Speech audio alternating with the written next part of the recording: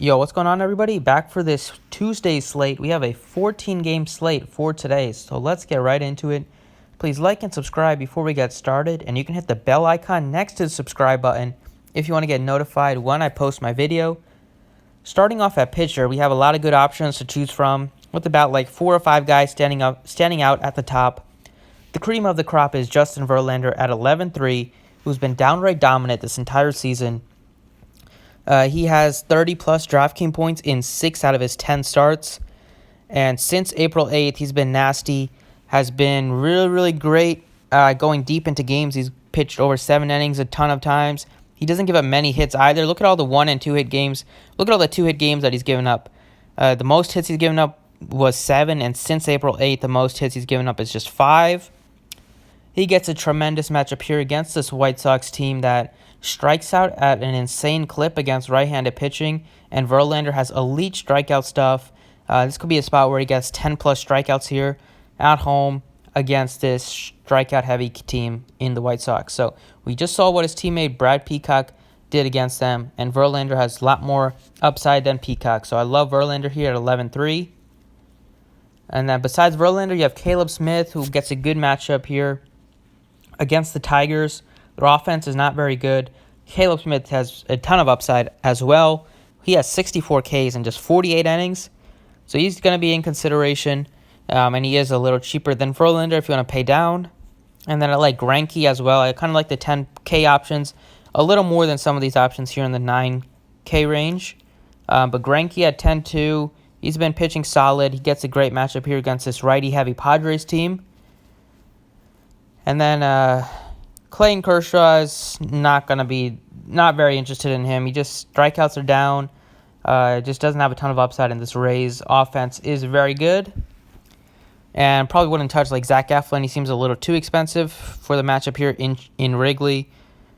Herman Marquez, I've been a large fan of last season. This season he's been good, hasn't been great, and these Pirates don't strike out too much. And his strikeouts are down this season, so he's not really interested in him. But looking for a guy to pair with Verlander, we're going to go down here at 7,800 for Spencer Turnbull. He gets a tremendous matchup here against this Marlins offense. His price tag has come down a bit. He was over 8,000. He was 8,000 and 8,200 his last 2 starts against some 2 good offenses in the A's and the Twins. And now he gets a tremendous matchup here against the league's worst offense in the Marlins. He has good strikeout stuff too, averaging over a strikeout per inning. Gives up less than a hit per inning as well. And he's only given out 4 long balls on the season. And he does have a lot of strikeout stuff and upside. And he does pitch deep into games, going over 90 pitches in almost all of his starts. So he seems like a really strong play to pair with your Verlander or whoever you choose to pay up for. Starting off at first base, think I'm going to pay up a bit. And just going to go with Daniel Vogelbach here at 4,900. The Seattle Mariners get a tremendous ballpark upgrade going from Seattle Safeco Field into Arlington. It's supposed to be hot in Texas once again.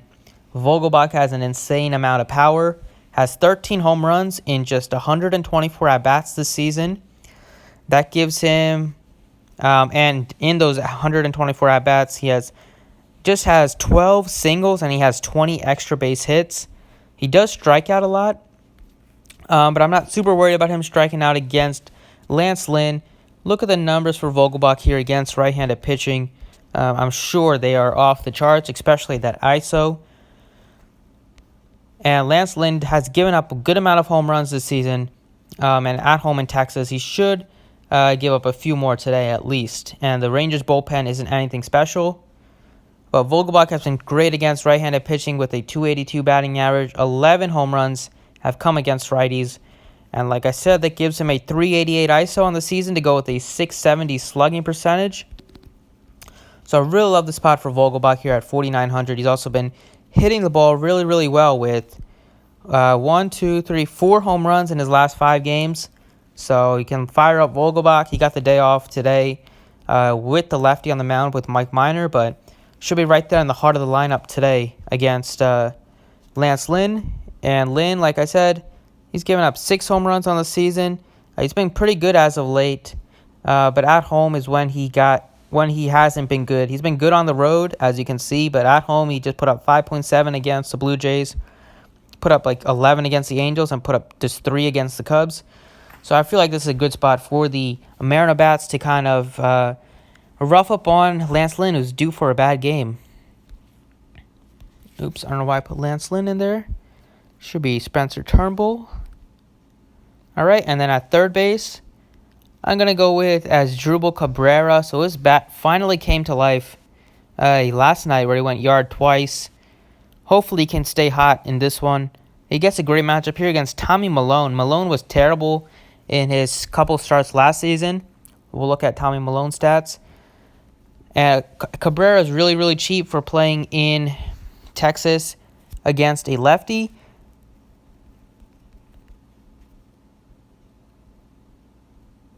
Oh, it's MIL.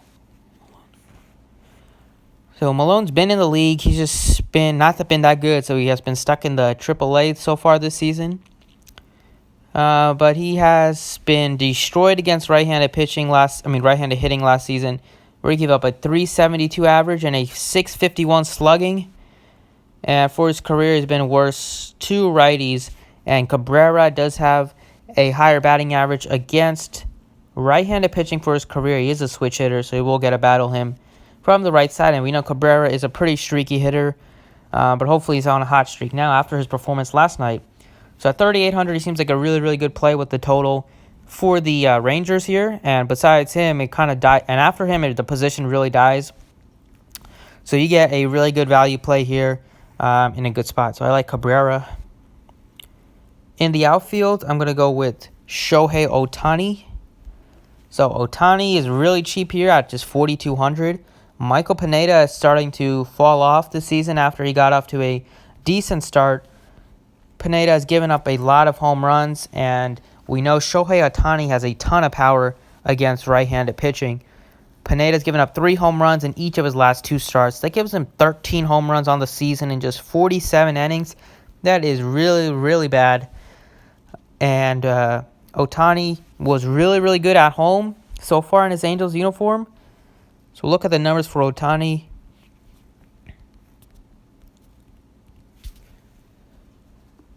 And Ohtani just hasn't missed a beat since he's been injured. Like, he stepped right up, has already hit 2 home runs. Just stepped right up into the heart of the lineup and has been producing. So for his career numbers, he has a 305 batting average against righties. And that gives him a 324 ISO and a 629 slugging. An insane amount of power. And at home, he has 16 home runs. So he has a ton of power at home for his career. That's double the amount of home runs he has on the road. Only reason I remember that is last season they made a big deal that he could only hit home runs at home. But Ohtani at 4,200 is really, really cheap for the way he's been playing in the matchup here against Pineda. So I like Ohtani a ton. And last but not least, I like Kyle Schwarber. So Schwarber is only 3,600. I don't know why he had Melky Cabrera's face there. Schwarber's just 3,600. He's been leading off for the Cubs the last couple games, and that's going to continue. So he's just a great value play. Getting a leadoff hitter at 3,600 against at home in this ballpark is really appealing. Zach Eflin, if he does struggle a bit to lefties, I believe. I just want to make sure of that. We know Kyle Schwarber has a ton of power, especially against right-handed pitching. So I feel like Eflin is a little worse to lefties. So we'll take a look at it.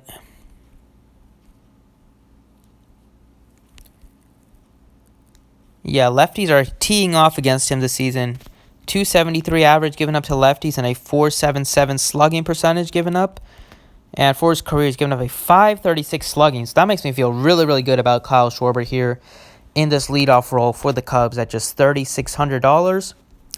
So those are the picks I like. We have like $3,600 left to fill out the rest. Some stacks that I really like today. I like this Rangers stack, this game stack. I think you can go with both sides. We get 2 bad pitchers. The Rangers are going to be kind of tougher to stack because a lot of the hitters are lefties, and I don't really feel good about targeting the lefties against Tommy Milone. But guys like Hunter Pence, who's having a career resurgence after he looked like his career was over the last couple seasons with the Giants. He's in play. We talked about Asdrubal Cabrera. He's one of the few righties and switch hitters they have on the team.